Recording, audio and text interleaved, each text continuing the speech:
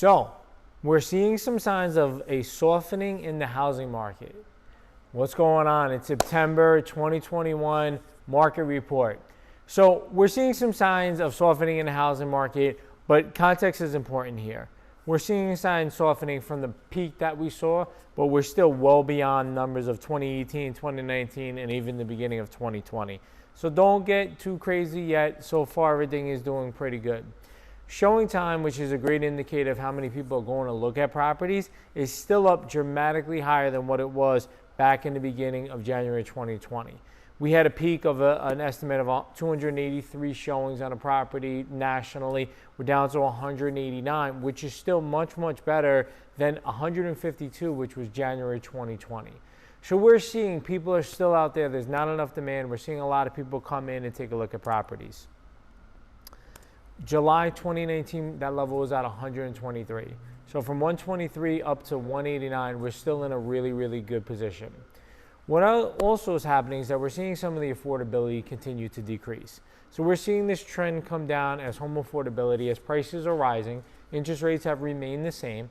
So it's something to watch. If interest rates goes up, this home affordability is going to drop, and then we'll lose some of that buyer demand.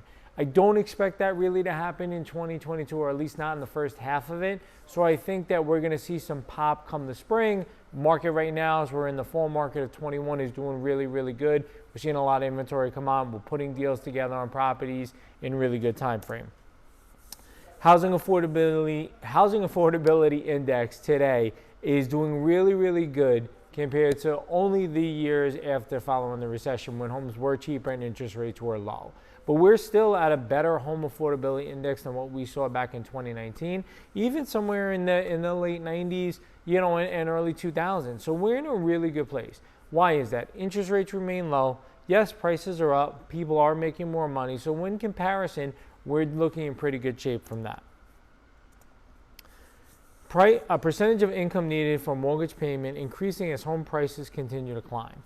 We've seen this over the last year that it was probably about 13.4% at its lowest over the last couple of years, up to about 17%. As prices increase, of course, people are going to need to have a bigger percentage of their income go towards their housing expense.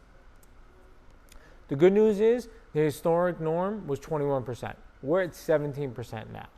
So we're seeing really, really good signs, even though the market has moved really quick and things are going. A saying that was put out, homes are less affordable, but not unaffordable. And that's completely, completely true.